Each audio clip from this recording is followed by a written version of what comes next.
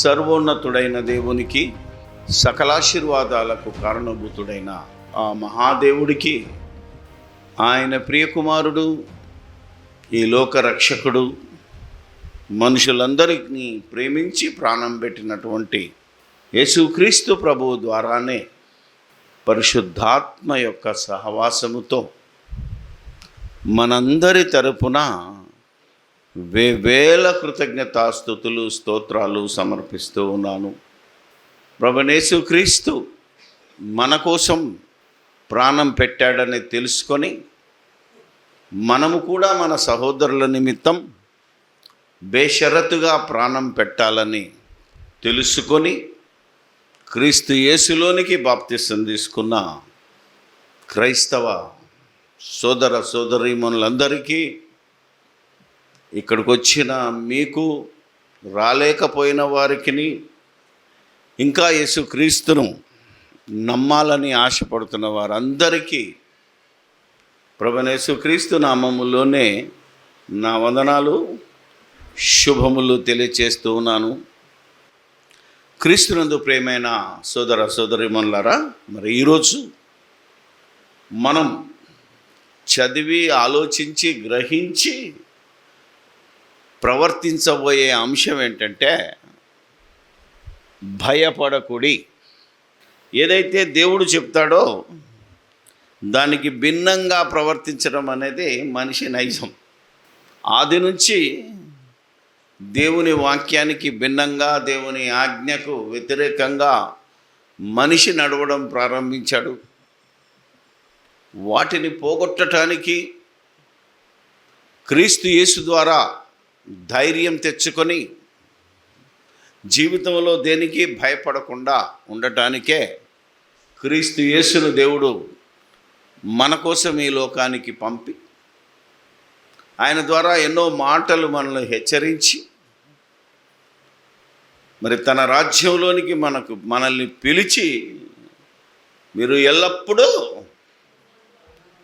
ఆ ప్రభువునందు ఆనందించుడి, సంతోషంగా ఉండండి, భయం అనేది, ఏడుపు అనేది ఏ కోశాన మీ జీవితంలోనికి రాకూడదు అని హెచ్చరించినా,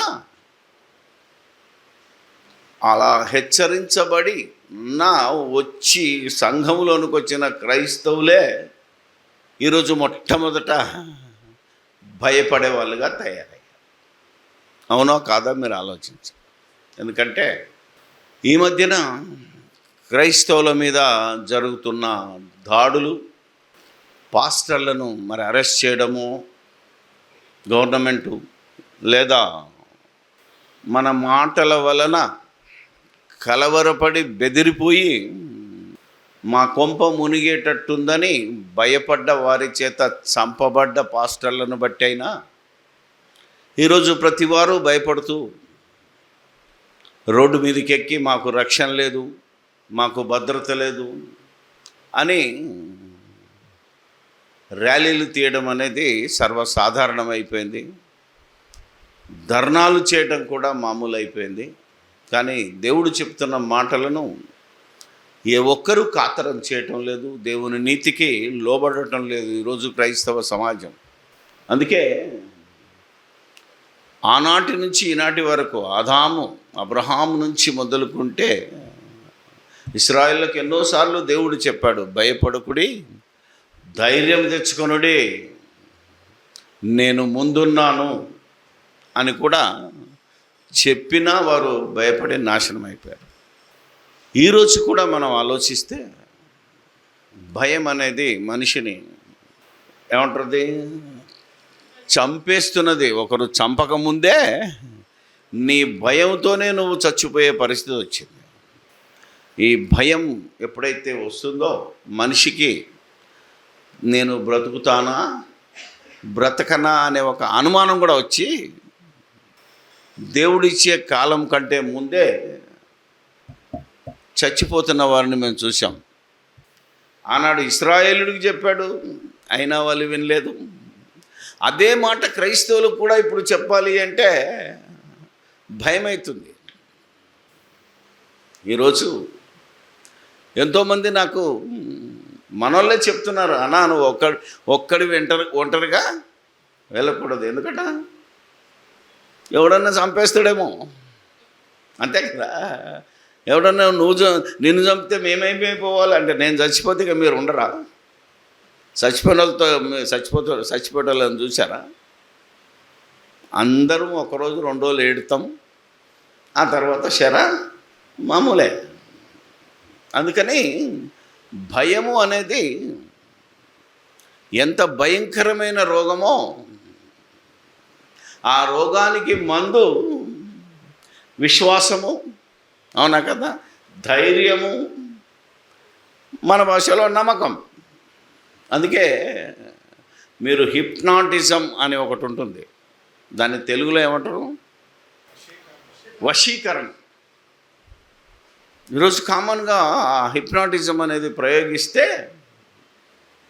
ఏంటంటే, ఇప్పుడు ఈరోజు చాలామంది పాస్టర్లు వాడుతున్న భాష ఇదే, వశీకరణము లేదా హిప్నాటిజం చేసి పాస్టర్లకి ఆ గంట ప్రసంగంలో నీ రోగం బాగవుతుంది, నీ రోగం బాగవుతుంది, నీకున్న రోగం బాగవుతుందని నీ బుర్ర తింటే వెంటనే నీకు ఎక్కడ లేని బలం వచ్చేసి, ధైర్యం వచ్చేసి, నీ బాడీలో ఎండోమార్ఫిన్ అనే ఒక రసాయనం రిలీజ్ అయ్యి అప్పటిదప్పుడు నీ నొప్పి తగ్గుతుంది, నీ బాధ తగ్గుతుంది, నీ రోగం తగ్గినట్టు అనిపిస్తుంది. It's a temporary. రోజు ధైర్యం తెచ్చుకుంటే రోజు నీలో ఈ ఎండోమార్ఫిన్ అనేది ఉన్నది కదా, అది రిలీజ్ అయితే నీకు ఏ నొప్పి తెలియదు. ఎంత నొప్పి ఉన్నా కొన్నిసార్లు ఇంజెక్షన్ ఇస్తే కూడా నొప్పి తగ్గని నొప్పి నిన్ను ఇలా హిప్నాటిజం చేస్తే తగ్గుతుంది. ఎంత బక్కోడైనా, అరే నువ్వు నిత్యం లేకున్నా ఎక్కురా అంటే ఎక్కేస్తాడు ఆ కాలంలో.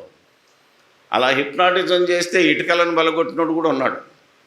ఎందుకంటే అది ధైర్యం తెచ్చుకోవాలి. ఎందుకు? అలా ధైర్యం నీలో, విశ్వాసం నీలో కనుక ఉంటే నీ శరీరంలో కూడా ఒక రసాయనం రిలీజ్ అయ్యి హ్యాపీగా ఉంటాం. అందుకనే ఎల్లప్పుడూ సంతోషించుడి. సమస్త రోగాలకు మందు ఏంటంటే, ఈ మధ్య చెప్తున్నాడు, నవ్వు. ఏమ్మా, నవ్వాలి. కొందరికి ఏం అనకపోయినా నవ్వు వచ్చేస్తుంటుంది, కొందరు నవ్వమన్నా నవ్వరు. గతంలో 2 ముఖ్యమంత్రుల మధ్య పెద్ద పోటీ ఉండేది, అవునా? ఒక ముఖ్యమంత్రి ఏమో నవ్వుతుండేవాడు, ఒక మంత్రి ఏడుపు, నీ జీవితంలో నవ్వవా అని అడిగిన వాళ్ళని కూడా చూశాను నేను. అలా కనుక మనం ఆలోచన చేస్తే ఈరోజు కూడా నవ్వు చాలా సంతోషం. అందుకనే లాఫింగ్ క్లబ్స్ వచ్చాయి ఇప్పుడు. అంటే నవ్వే వాళ్ళ క్లబ్బు. ఆలోచించాలా?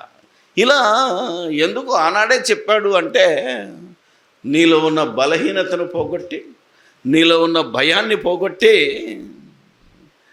నిన్ను నీవే ఆనందంగా ఆరోగ్యవంతంగా చేసుకోవడానికి ఇదొక మెడిసిన్ లాగా పనిచేస్తుందంటే, మెడిసిన్ ఎక్కడి నుంచి కాదు, లోపల మెడిసిన్ రిలీజ్ అవుతుంది. నీలో ఉన్న రోగ నిరోధక శక్తి పెరుగుతుంది. ఇది ఈరోజు సామాన్యంగా మన కళ్ళ ముందు జరుగుతున్నది.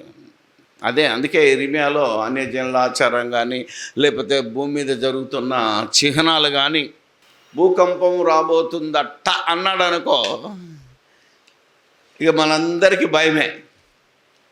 ఏ రాత్రి వస్తుందో, ఏ పగలు వస్తుందో రాత్రి పడుకోకుండా కాపలాగాసి బయటికి దిగిన వాళ్ళని చూశాను. తుఫాన్ వస్తుంది అనగానే భయం, వర్షాలు వస్తున్నాయంటే భయం. అంటే ఈ ప్రకృతి చూపిస్తున్న చిహ్నాలను బట్టి కూడా మనిషి భయపడుతున్నాడు. ఎందుకు? క్రైస్తవుడైనా సరే ఎందుకు భయపడుతున్నాడు చెప్పండి? చస్తానేమో అంతే, ఇంకంతకంటే మించే ఉన్నది. ఒకటే బాధ, నేను చనిపోతానేమో అనే భయం పట్టుకుంది మనిషి. ఆలోచించేయాలనే. ఎందుకంటే భయపడకు నేను చెప్పిన మాట కాదు, దేవుడు చెప్పిన మాట పాత నిబంధనలో ఉంది, కొత్త నిబంధనలో కూడా ఉంది. యేసుప్రభు బోధలో ఉంది, పరిశుద్ధాత్మ బోధలో కూడా అదే ఉంది. ఇప్పుడు యేసుప్రభు బోధలోనికి వెళ్దాం. మత్తయి రాసిన సువార్త 10వ అధ్యాయం 28వ వచనం. మరియు ఆత్మను చంపనేరక దేహమునే చంపువారికి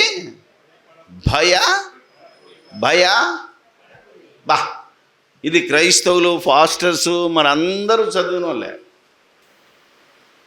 ఇంకోటి చెడామాడా తిడుతున్నాడు అందరినీ. ఇప్పుడు ఆడికి కూడా భయం పట్టుకుంది. అవునా కదా, నన్ను కాపాడండి అని వేడుకుంటున్నాడు. గవర్నమెంట్ని, ప్రజలను వేడుకుంటున్న పరిస్థితి వచ్చింది. పాస్టర్ అయినప్పుడు అన్నిటికీ తెగించి వచ్చావు కదా, మళ్ళా బతిమాలడం ఎందుకు? అవతలని నన్ను రక్షించండి అని దేవుని కాపాడాలి, అడగాలి. కానీ మనుషులకు దండం పెట్టింది, మనుషులను బతలాడింది. ఆలోచించాలి మీరు. అందుకనే ఎలాంటి వాడివైనా ధైర్యం తెచ్చుకునేమని యేసుప్రభు చెప్తున్నాడు. ఎందుకంటే ఆత్మను చంపనేరక ఈ దేహమునే చంపు వారికి, అంటే ఎవడైనా ఈ దేహాన్ని చంపుతాడు. ఎవడు చంపకపోతే నేనైనా చంపుతా. ఎవరు? దేవుడు మాట్లాడుతున్నాడు. ఎవడు చంపకపోయినా నేను చంపుతా. కాబట్టి దీనికి భయపడకుడి. కానీ ఈరోజు క్రైస్తవ బోధకులందరూ ర్యాలీలు, ధర్నాలు ఇవన్నీ ఎందుకు చేస్తున్నారంటే మమ్మల్ని చంపుతారేమనే భయం పట్టుకుంది. అసలు సేవలోకి వచ్చినప్పుడే నువ్వు ముందుకు రావాలి, అన్నిటికీ సిద్ధపడి రావాలి. యుద్ధానికి వచ్చిన సైనికుడు అవతలోడు చంపుతాడేమో అని భయపడితే ఎట్లా? యుద్ధానికి వెళ్ళిన వాడు సావడానికైనా సిద్ధంగా ఉండాలి, అవతలని చంపడానికి ముందు అవతలని చంపడానికి సిద్ధపడాలిడు. ఏమా ఆడికి పోయినాక గన్ను పెట్టి అబ్బా వాడు చస్తే బాగుంటుంది కదా అన్న, ఈ లోపల వాడు నిన్ను చంపేస్తాడు. అందుకే సైనికులకి ధైర్యం నూరిపోసి ఇక గుడ్డిగా వెళ్ళిపోవడమే. ఎదురుగా ఎవడొచ్చినా చంపుకుంటూ వెళ్ళాలి తప్ప నేను చచ్చిపోతానేమనే భయపడితే కాదు. ఈ మధ్యనే మొన్న జరిగిన ఇన్సిడెంట్లో కూడా ఒక సైనికుడు ఏమీ లేదు, ఆయన దగ్గర వెళ్ళిపోయాడు ధైర్యంగా ముందుకు. అది యుద్ధానికి సిద్ధపడిన సైనికుడుకు ఉండవలసిన లక్షణం. ఇది కూడా యుద్ధమే కదా. ఇప్పుడు మనం చేస్తున్నది ఏంటిది? అపవాదిని ఎదిరించుడి, వాడు మీ యుద్ధ నుండి పారిపోవును. మనం యుద్ధం చేస్తున్నాం, సువార్త విశ్వాస పక్షమున పోరాడుతున్నాం. యుద్ధానికి వెళ్ళావంటే ఇక నువ్వు మళ్ళీ వెనక్కి తిరిగి చూడ. ఏమన్నాడు యేసుప్రభు? నాగటి మీద చేసినాడు వెనక్కి తిరిగి చూడకూడదు, ముందుకే. ఇక అక్కడికి పోయినాక దేని గురించి చింతించకూడదు. ఇక ఇది దేవుడు మనకు నూరిపోస్తున్న ధైర్యం. అందుకే ఎవరే నాయనా, నీ ఆత్మను ఎవడు చంపలేడు, నీ ఆత్మ నా దగ్గర భద్రంగా ఉంటుంది, నేను దాన్ని కాపాడుతాను. నువ్వు శరీరాన్ని చంపేవాడికి భయపడ్డావో నేను నీ ఆత్మను కాపాడలేను. అంటే భయం అనేది నీలో వస్తే ఖచ్చితంగా నీ ఆత్మ నరకానికి వెళ్ళిపోతుంది, నా దినంలో ఉండదు. మరి స్టెఫన్ అనే మహానుభావుడు ఉన్నాడు. ఆయన రాళ్ళు తీసుకొని కొట్టి చంపుతుంటే చస్తాడని తెలిసి ధైర్యంగా మాట్లాడి, తండ్రి అంటే యేసు ప్రభువా నా ఆత్మను చేర్చుకో అని ప్రార్థన చేశాడే. మరి మనం కూడా అంత ధైర్యంగా ఉన్నామా? ఈరోజు ఉండాలనే విషయంలో నేను మాట్లాడుతున్నాను. ఎవరి మీద కోపంతో కానీ నాకెవరి మీద దేశం లేదు. దేవుడు చెప్తున్న మాట ఏంటంటే యేసు ప్రభు ద్వారా ఏమంటున్నాడు? 10వ అధ్యాయం 28వ వచనం, మరియు ఆత్మను చంపనేరక దేహమునే చంపవారికి భయపడకుడి, కానీ ఆత్మను దేహమును కూడా నరకంలో నశింపజేయవానికి ఆయన ఎవరు? నా తండ్రి. నాకు కూడా మీరేం భయపడమంటలేను, నా తండ్రికి భయపడాలని మీరు అంటున్నాడు. ఆత్మను దేహమును నరకంలో పడవేయవాడికి మిక్కిలి, అంటే దేవునికి మిక్కిలి భయపడమంటున్నాడు. మామూలు భయం కాదు ఇది, వణుకుతూ. ఒక దగ్గర ఉంటుంది కదా, దయ్యములు కూడా నమ్మి వణుకుచున్నవి. నువ్వు వణికినా లాభం లేదు, చచ్చిపోయిన తర్వాత. బ్రతికుండగానే వణుకుతావో గజగజలాడుతావో నువ్వేం చేస్తావో తెలియదు. దేవునికి భయపడి అని యేసుప్రభు చెప్తున్నాడు. ఇది చూసుకొని ఒకడు బైబిల్ చదవకుండా ఇక్కడ ఒక తర్జుమా, అదేంటి నరకంలో నాశనం అయిపోతుంది, ఆత్మ ఎలకాలం ఉండదని ఒకడు ప్రసంగం చేస్తాడు. ఎందుకంటే ఆత్మను దేహమును నరకంలో పడవేయబడు. దేహము నరకంలో పడవేయబడదు, దేహం కాలిపోద్ది, ఇక్కడే ఉంటుంది. ఆత్మ మాత్రమే నిత్యాగ్ని దండంలో కాలుతుంటుంది. ఖాళీ నాశనం అయిపోతుందని ఈ వచనం పట్టుకున్నాడు. కానీ లూకా రాసిన సువార్త 12వ అధ్యాయము ఇట్స్ వండర్ఫుల్. అందుకనే బైబిల్ చదవండి, ఒకదాని మీద కాదు, 2-3 మీరు ఆలోచించి తీసుకోవాలంటుంది. మత్తయి అది లూకా రాసిన సువార్త 12వ అధ్యాయము 4-5 వచనాలు చదవండి. నా స్నేహితులైన మీతో, అంటే యేసుక్రీస్తుకు మనం ఎవరమాట? స్నేహితులం. చూసారా, తమ్ముళ్ళం, పిల్లలం కాదు. ఎందుకంటే యేసుప్రభు మనకు తండ్రి కాడు, మనకన్న. అందుకని యేసయ్య తండ్రి అని ప్రార్థన చేసేవాడు పోతాడు. ఇంకా యేసుక్రీస్తు మనకు అన్న, మనకు స్నేహితుడు. యేసుక్రీస్తుకు అయినా మనకైనా ఎవరు తండ్రి? దేవుడు తండ్రి. కాబట్టి నా స్నేహితులైన మీతో నేను చెప్పున్నదేమనగా, దేహమును చంపిన తరువాత మరేమియూ చేయలేని వారికి భయపడకుడి. ఎవనికిని మీరు భయపడవలనో, చంపిన తర్వాత నరకములో పడద్రోయే శక్తి గల వానికి భయపడుడి, ఆయనకే భయపడుడని నేను మీతో. ఇక్కడేమనుంది? దేహమును చంపిన తర్వాత ఆత్మను ఎక్కడే ఎత్తాడు దేవుడు? నరకంలో పడేస్తాడు. ఆ నరకంలో ఏం జరుగుతుంది? అగ్ని ఆరదు, పురుగు చావదు. అంటే యుగ యుగాలు నీ ఆత్మ కాలుతూ ఉంటుంది. యుగ యుగాలు నువ్వు కాలాల్సి వస్తుంది, కానీ నీ ఆత్మకు ఈ 60-70 సంవత్సరాల జీవితంలోనే నువ్వు భయపడితే మరి యుగ యుగాలు జీవించటానికి దేవుడు భయపడద్దా? దేవుని భయపడదు. అందుకే ఆయనకే భయపడుడి. అంటే ఈ లోకంలో ఎవ్వనికి భయపడకూడదు, ఎప్పుడూ భయపడకూడదు, ఎక్కడా భయపడకూడదు. ఆలోచన చేయండి. భయం అనేది మనిషిని బతికుండగానే ఏ ఆయుధం లేకుండా చంపే మెడిసిన్. అది ఆయుధం. చిన్న చిన్న ఆపరేషన్లకే భయపడితే, అవునా కాదా? కొన్ని మేజర్ ఆపరేషన్స్ ఉన్నాయి. గుండె తీసి గుండె పెడుతున్నారు, ఒక లివర్ తీసి మొత్తం లివర్ అంటే ఏమన్నా దీన్ని కాలేయం మొత్తం తీసి మళ్ళా పెట్టాడు. ధైర్యంగానే వెళ్ళిపోయాడు. దేవుడు అనుకుంటే నీకు బతికిస్తాడు, లేకపోతే నువ్వు ఎంత చేసినా. ఆడెంత మంచి డాక్టర్ అయినా నువ్వు ఎయిమ్స్లోకి పో, ఇంటర్నేషనల్ అమెరికా హాస్పిటల్కి పో, నిన్నెవడు కాపాడలేడు. అందుకే మనిషిలో భయం అనేది మహాభయంకరమైన రోగం. అసలు ఏమి లేకుండానే నిన్ను చంపేస్తుంది. అందుకే దేవుడు చెప్తున్నాడు, భయపడకుడి. ఎవరికి? ఈ లోకంలో ఉన్న శరీరానికి కానీ, శరీర రోగాలకు కానీ, శరీర ఆశలకు కానీ, శరీర సంబంధమైన వ్యక్తుల క్షేమం కోసం కానీ. అంతే కదా, మనకు కాకుండా మనోళ్ళకి ఏమైనా అవుతుందంటే భయపడతాం. అవునా కదా? ఎవరికో రోగం వచ్చిందంటే భయపడతాం, ఎవరికో ఆపరేషన్ ఉందంటే ఇక గజ్జును వణుకుతూ ఉంటాం. అవునా కదా? నువ్వు భలేవాడు, మాకు భయం లేదా? ఆలోచన చేయండి. ఒకవేళ నువ్వు అంటే ఆమె అనుకుంటుందేమో, మా ఆయనకేం భయం లేదు, లోపల భయం ఉన్నా దేవుని పనికి వెళ్తున్నాను, దేవుడు చూసుకుంటాడు. అందుకని భయపడకుడి. దేవుడు దేహమునికి ఏది చంపినా, ఆఖరికి దేహాన్ని ఎవడైనా చంపినా మీరు భయపడకుడి. ఇది విశ్వాసులకు, క్రైస్తవులకు చెప్తుంటే, ఈరోజు క్రైస్తవులు మాకు చావు, మమ్మల్ని చంపేటోళ్ళు ఉన్నారు, మాకు భయం అవుతుంది, మాకు రక్షణ లేదు, మాకు భద్రత లేదు అని రోడ్ల మీదకి వచ్చేసారు. మొదటి నుంచి చెప్తున్నాను. ఒకరోజు అంటే పేతురును, అవునా కదా, చెరసాల్లో వేశారు. సంఘం భయపడలే. ఏం చేసింది? ప్రార్థన చేసింది. అవునా కదా? ప్రార్థన చేసింది. అంతే. ఆ ధైర్యంతో నువ్వు వీళ్ళందరూ చేసిన విశ్వాస పోరాటాన్ని బట్టి దేవుడే దిగొచ్చి తన దూతను పంపించి చెరసాల బద్దలు కొట్టించాడు. ఇప్పుడు ఎందుకు చెరసాల బద్దలు అవుతుంటే అప్పటి విశ్వాసం ఇప్పుడు లేదు, ఎవరికి లేదు.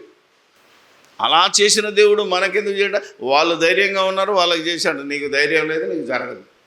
అందుకనే చెప్తున్నాడు ఇక్కడ, చంపిన తర్వాత ఆత్మను నరకంలో పడేస్తాడే తప్ప నీ ఆత్మను చంపే అధికారము దేవునికి కూడా లేదు.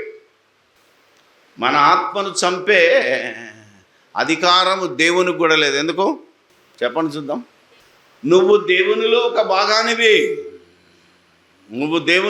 భాగానివి, నీ ఆత్మ దేవునిలో నుంచి వచ్చింది కనుక నీకు చావు ఉంటే దేవునికి చావు ఉంటుంది. మరి అందుకే దేవుడికి చావు లేదు అంటే నీకు చావు లేదు. కాబట్టి నిన్ను చంపేది దేవుడు కూడా చంపడు. ఏం చేస్తాడు మరి? నరకంలో కాలుస్తా. గదే భయం. అవునా కదా? ఎలా ఉంటుంది భయం? అప్పుడు తెలుస్తుంది, మనం పడితే తెలుస్తుంది. అవునా కదా? ఇక్కడికి వెళ్ళి గుంతలో పడ్డావనుకో, అప్పుడు తెలుస్తుంది భయం అంటే ఏంటో. ధైర్యస్తుడైతే వెతుకుతుంటాడు మార్గం, ఎక్కడి నుంచి ఎక్కాలని. అధైర్యపడ్డవాడు ఆడనే పడిపోతాడు. నేను చచ్చిపోయినాయేమో, నన్ను ఎవరు తీస్తాడు, ఎన్ని గంటలకు తీస్తారు అనే భయం వచ్చిందనుకో, నీకు వెదికే అవకాశం కూడా పోద్ది. అదే ధైర్యవంతుడైతే గుంతలు చేసుకొని ఏదో చేసుకొని వాడుకున్న భయాన్ని తీసి ఎక్కొచ్చేస్తాడు. తాడు దొరుకుతుందా, కట్టె దొరుకుతుందా? అవునా కదా? దేని సహాయంతోటైనా బయటపడాలని ప్రయత్నించేవాడు ధైర్యస్తుడు. అలాంటి ధైర్యం నీకుంటే ఏదో ఒకటి దొరుకుతుంది, నువ్వు బయటకు వచ్చేస్తావు. అయిపోయింది, నేను చచ్చిపోయాను కానీ అనుకో, అప్పుడే చచ్చిపోతావు. అది దేవుడు మాట్లాడుతున్న మాట. అందుకే చెప్తున్నాడు ఇక్కడ, భయపడకుడి. కానీ ఎవడికి భయపడాలి? దేవునికి భయపడాలి. లోకంలో దేహానికి కానీ, దేహాన్ని చంపేవారికి కానీ ఎవరికి మీరు భయపడకూడి అంటున్నాడు అంటే ఎంత గొప్ప సంగతిని ఈరోజు మనకు తెలుస్తుంది అని ఆలోచించు. ఈరోజు ఇది యేసుక్రీస్తు మనకిచ్చిన ధైర్యము, మనకిచ్చిన, అవునా కదా? ఆయన ఒకసారి తుఫాను వస్తుంటుంది. వీళ్ళందరూ ఓడలో ఉన్నారు, 12 మంది. అలలకు మొత్తం కొట్టుకుపోతున్నది.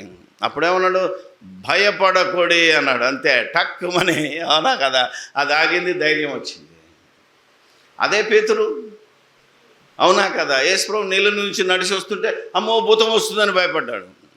పేతురు, నేనే రా బాబు అన్నాడు. అవునా, అయితే నేను కూడా వస్తాను స్వామి అన్నాడు. విశ్వాసం ఉంటే రా అన్నాడు. అవునా కదా? ధైర్యం వచ్చింది, వస్తూనే ఉన్నాడు, నీళ్ళ మీద నడిచాడు. కానీ మళ్ళీ ఏమొచ్చింది? అవునా కదా? భయం వచ్చింది, అనుమానం వచ్చింది. యేసుప్రభు ముందే నీళ్ళలో పడిపోయాడు. ఇవన్నీ మనకు సంఘటనలు. ఇంత చెప్పినా ఏదో ఒక మూలంగా నీకు భయం ఉన్నా నీ ధైర్యము ఆ భయాన్ని చంపేయాలి. ఈ ధైర్యము, ఈ సంతోషము ఆ భయాన్ని, అనుమానాన్ని చంపేస్తుంది. అందుకే ఇంత చక్కగా మాట్లాడుతున్నాడు. అప్పుడేమో జరిగిన వాటికి భయపడొద్దు, ఆచారాలకు భయపడొద్దు అన్నాడు. ఇప్పుడేమో నిన్నెవడన్నా చంపడానికి వచ్చినా భయపడకు. కొన్నిసార్లు మనం చూస్తున్నాం, ఎవడన్నా వచ్చి కత్తి పొడిచిపోయినా ధైర్యవంతుడు ఏమవుతాడట, మొత్తం పేగులు లోపలేసుకొని ఇలా కట్టుకొని, ఇలా అంగి చింపుకొని కట్టుకొని హాస్పిటల్కి వెళ్ళిన చూసాం. అర్థమైందా మీకు? పేగులు బయటకు వచ్చేస్తాయి, దాన్ని లోపల పెట్టుకుంటున్నాడు. అలా కట్టుకొని ధైర్యంగా హాస్పిటల్కి వెళ్ళి బతుకున్నాడు ఉన్నాడు. అంటే ఆత్మస్థైర్యం, విల్ పవర్ అంటారు దాన్ని. అందుకే నీ విశ్వాసమే నిన్ను స్వస్థపరుస్తుంది, నీ విశ్వాసమే నిన్ను స్వస్థపరుస్తుంది అని యేసుప్రభు ఎందుకన్నాడు అంటే, నువ్వు విశ్వసిస్తే నీ బాడీలోనే ఒక కొత్త, అవునా కదా, రోగ నిరోధక శక్తిలోంచి ఒక ఎంజైమ్ బయటకు వచ్చి నిన్ను బాగుపరుస్తుంది. అలా బాగుపడ్డోళ్ళు చాలామంది ఉన్నారు. ఇది యేసుప్రభు బోధ. ఇప్పుడు పరిశుద్ధాత్మ చెప్తున్నాడు. ఫిలిప్పీలకు రాసిన పత్రిక 1వ అధ్యాయము.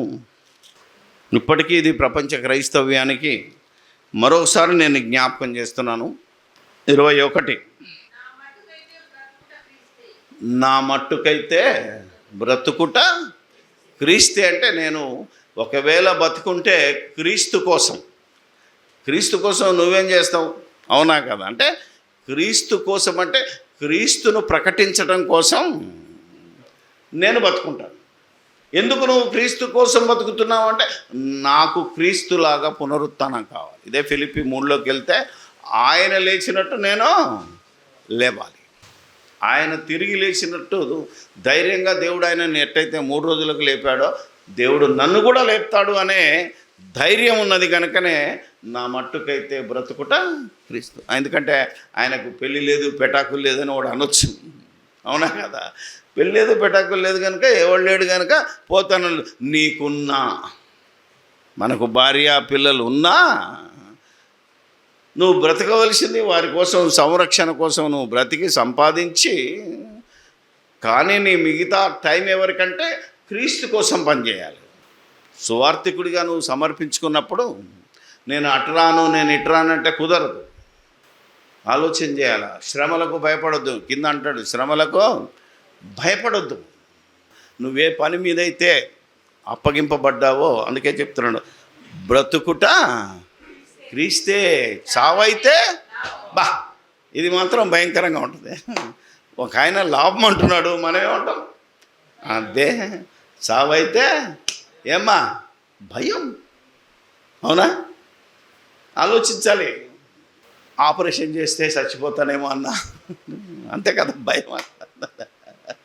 డాక్టర్ సరిగ్గా ఆపరేషన్ చేయడేమో.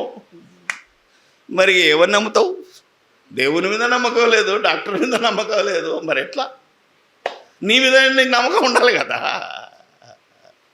అందుకే దేనికి మనం భయపడకూడదు. దేహమును చంపువాడికి భయపడకుడి కానీ దేహమును ఆత్మను నరకంలో పడద్రోయగల వానికి మీరు భయపడకుడి. తర్వాత నా మట్టుకైతే బ్రతుకుట క్రీస్తే, చావైతే లాభం. అయినను శరీరముతో నేను జీవించుటయే నాకున్న పనికి మైన ఎడల నాకు తోచలేదు, ఇరుకడం పడి ఉన్నాను. ఆశయున్నది బా, అది నాకు మరీ ఈడ ఉండి ఏం చేస్తావు? అవునా కదా? అవునా కదా? కొన్ని రోజులు అయిపోయింది, నీ టైమే అయిపోయింది, వాడుకున్నారు. ఇప్పుడు నిన్నెవడు కానడు, అవునా కదా?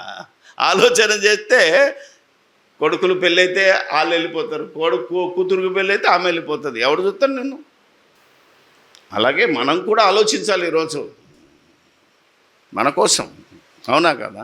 బతికినా ఒకటే, చచ్చినా ఒకటే. ఏదైనా బతికితే మేలు కదా. ఒకని జన్మదినం కన్నా మరణదినం మేలు అని చెప్పిన మాట పౌలుకు గుర్తొచ్చింది. ప్రకటన గ్రంథం 14వ అధ్యాయం 13వ వచనం చదువు. ఎందుకు భయపడతారు చావంటే? అంతటా ఇప్పటి నుండి ప్రభువునందు మృత్యునందు మృతులు ధన్యులు. ఈ మధ్య ఈ చచ్చిపోయిన దగ్గర చెప్తున్నాం మేము, అంతే కదా? చావు దగ్గర ఈ ప్రసంగాలు చెప్తుంటారు. బతుకున్నోడికి చెప్పాలి. ఇప్పుడు మీరు బ్రతుకున్నారు కనుక మీకే చెప్తున్నాను. ఇప్పటి నుండి ప్రభువునందు మృత్యునందు మృతులు ధన్యులు ఆయమని వింటిని. నిజమే. వారు తమ ప్రయాసములో మాని విశ్రాంతి పొందుదురు. వారి క్రియలు వారి వెంట. ఎంత శ్రమ బతుకుంటే. పొద్దున్న లేస్తే అన్నీ తయారు చేయాలి, అందరికీ టిఫిన్ కట్టేయాలి, అందరికీ పోయాలి, పెద్ద శ్రమ.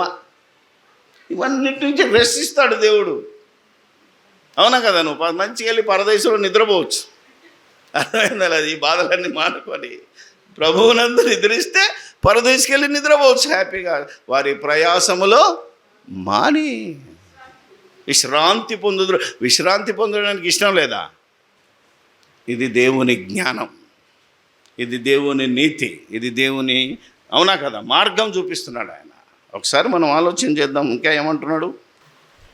24. ఆయనను నేను శరీరం ముందు నిలిచి ఉంటాం మిమ్మును బట్టి మరీ అవసరమై ఉన్నది, మరియు ఇట్టి నమ్మకము కలిగి నేను మరలా మీతో కలిసి ఉండుట చేత నన్ను గూర్చి క్రీస్తు యేసునందు మీకున్న అతిశయం అధికమగునట్లు మీరు విశ్వాసమందు అభివృద్ధియు ఆనందము. విశ్వాసమందు అభివృద్ధి ఆనందం. Every time you should be happy అంటున్నాడు దేవుడు. కోరుకునేది అదే. మనందరము మన బ్రతుకు కాలంలో ఆనందంగా ఉండాలి. నేను జీవించి నాకు తెలియను, చూసినను పోయినను మీరు ఏ విషయములోనూ ఎదిరించు వారికి బెదరక అందరూ ఒక భావముతో సువార్త విశ్వాసపక్షమున పోరాడుచు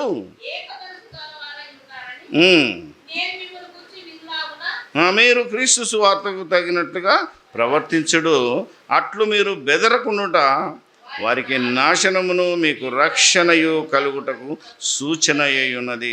ఇది చూసారా, సువార్తకి వెళ్ళినా ఎవడికి భయపడేది లేదు, ఎదురించి వాడికి బెదరక. అందరూ ఒక్కటైతే వాడేం చేయలేడు. ఈరోజు సువార్తకు బయటికి వెళ్ళినోడు, వీళ్ళు 50 మంది ఉంటారు, వాళ్ళిద్దరే వచ్చి బెదిరిస్తారు. అందరు ఒకటిగా నిలబెడితే వాడు పారిపోతాడు. అర్థమైందా లేదా? ఎందుకు?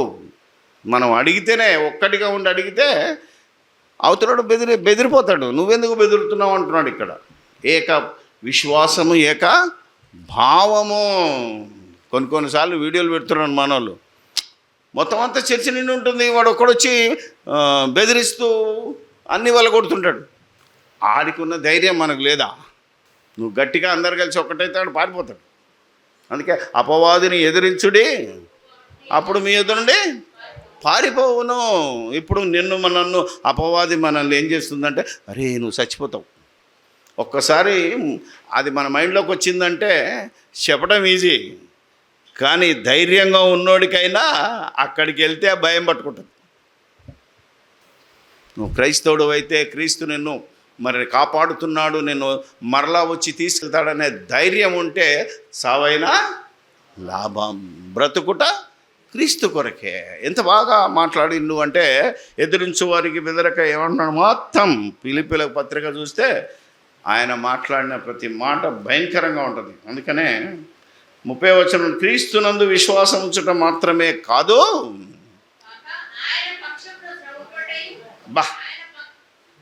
ఆయన పక్షమున శ్రమపడ్డయు అనుగ్రహింపబడెను.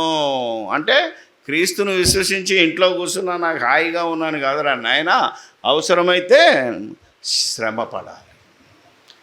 ఆయన పనికి, ఆయన చెప్పిన పని క్రీస్తు కొరకంటే మనం క్రీస్తుని వద్దకు వెళ్ళటానికి మన ప్రయాసపడాలి. ఓన్లీ విశ్వాసం ఉంచుటే కాదు, శ్రమ కూడా అనుభవించాలి.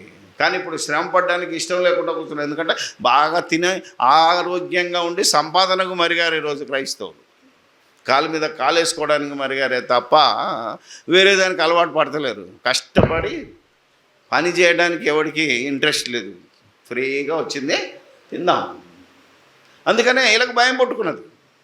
సో అలాంటి వారిని చూసి మీరు భయపడకుడి, ధైర్యం తెచ్చుకున్నది. అవునా కదా? ధైర్యమే మిమ్మల్ని కాపాడు. అలా ధైర్యంగా చావుకు సిద్ధపడ్డోడే ఆనాటి హతసాక్షులు. అవునా కదా? మొత్తం హెబ్రీ పత్రిక 11వ అధ్యాయం చూస్తే వాళ్ళు హతసాక్షులు. ఆ యొక్క అధ్యాయాన్ని మొత్తం చదవండి. ఎలా నదుల్లోనూ గుహల్లోనూ, అవునా కదా? ఆలోచించండి. ఎక్కడ పడితే అక్కడ దాక్కున్నారు, వాళ్ళు వెళ్ళిపోయారు సువార్త ప్రకటన కోసం. చస్తే ఓకే, కానీ సువార్త ప్రకటించాలనే దీక్ష కలిగింది కనుక అడవుల్లోనూ కొండ గుహల్లోనూ. హెబ్రీయులకు రాసిన పత్రిక 11వ అధ్యాయము 36 నుంచి చదవం. మరికొందరు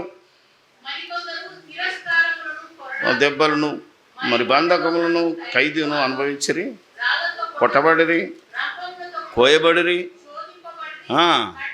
చంపబడిరి,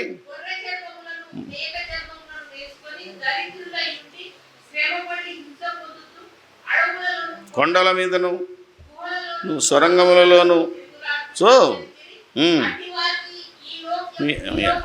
ఏమైనది కాదు, వాళ్ళ సంగతి చెప్తున్నాడు. అలా బతికారని నువ్వు చదువుకోవడం కాదు, మనం కూడా అవసరమైతే అలాంటి బ్రతుకుకు సిద్ధపడమంటున్నాడు క్రైస్తవుల్ని. అలాంటి వాటికి మీరు కూడా సిద్ధపడండి. మంచి నిమిత్తం మేలు చేయాలని శ్రమ, అనేకులకు పరలోకం తీసుకెళ్ళటానికి నువ్వు శ్రమ పడితే నువ్వు ధన్యుడవే. తప్పు చేసి శ్రమ పడితే కాదు. తప్పు చేశారు, ఈరోజు తప్పు చేసినోడే ఊరేగుతున్నాడు. ఏం తప్పు? తిని తాగడం కాదు, యేసుక్రీస్తు వాక్యానికి ఆజ్ఞకు భిన్నంగా ఈ సువార్తను ప్రకటించమంటే ఈ సువార్త కాక మరి ఒక సువార్తకు ఎంత భయంకరం అంటే, నిన్న నాకు ఒకడు వీడియో పంపాడు. వాడు ఏం చెప్తాడంటే, మీ యొక్క శివలింగం ఇది, మీ శివలింగం ఇది అని వాడు బొమ్మ పెట్టి చెప్తున్నాడు. వాడు ఊపుకుంటారా మరి వాళ్ళు? అవునా కదా? మీరు ఆలోచించాలి. నీకు శివలింగంతో ఏం పని, శివుడితో ఏం పని, యేసుక్రీస్తుతో పని. అవునా కదా? యేసుక్రీస్తుని ప్రకటించు, దేవుణ్ణి ప్రకటించు, అవతలలో జోలికే వెళ్ళకూడదు. ఇది ఆజ్ఞ అతిక్రమము, పాపం. పాపం వలన వచ్చు జీతము. పాపం చేసి చచ్చిపోయినోడు కూడా హతసాక్షి అంటే ఎట్లా కుదురుతుంది? తప్పు చేయకుండా సువార్త నిమిత్తం పోరాడి నిన్ను ఎవడన్నా చంపితే నువ్వు హతసాక్షి. వీటన్నిటిని మీరు గుర్తుంచుకొని సత్యానికి విధేయులై వాక్యానికి లోబడి వాక్య ప్రకారంగా యేసుక్రీస్తు ప్రభు ఎలాగైతే ఇంకా 4 రోజులైతే నేను చచ్చిపోతానని తెలిసినా విజయోత్సవంతో గాడిదను గాడిద విన్నావా ఈ చరిత్ర? అవునా? ప్రతి మంటల ద్వారా విన్నావు కదా జీవితంలో. మరి ఇప్పుడు అది ధైర్యం అంటే. 3 రోజులు 4 రోజులు ఉందని వెళ్ళిపోయి కూడా సిలువ ఎక్కుతూ రక్తం కారుతుంటే అయ్యో అని ఏడుస్తుంటే ఏమన్నాడు? అమ్మలారా నా కోసం ఏడవద్దు. అది ధైర్యం. ఎందుకు అంత ధైర్యం వచ్చింది కనుకనే 3వ రోజున తన శరీరాన్ని తిరిగి దక్కించుకున్నాడు. మనం కూడా ధైర్యంగా ప్రభువు కోసం, దేవుని సువార్త కోసం ఎన్ని కష్టాలు వచ్చినా, ఎన్ని నిందలు వచ్చినా, ఎన్ని అవమానాలు వచ్చినా, కొన్నిసార్లు తప్పు చేస్తాం. మళ్ళా దాంట్లోంచి తిరిగి బయటికి వచ్చి భయం లేకుండా సంతోషంగా మనం దేవునిలో ముందుకు సాగాలని ఎల్లప్పుడూ గుర్తుకొచ్చుకోవాలంటే, ఎక్కడికి వెళ్ళినా భయపడకూడదు, ధైర్యంగా ముందుకెళ్ళాలని ప్రభు పక్షాన మిమ్మల్ని కోరుతూ, ఈ వాక్యం ఎవరినైనా కష్టపెడితే, అవునా కదా, సంతోషించండి, ప్రార్థన చేసుకోండి.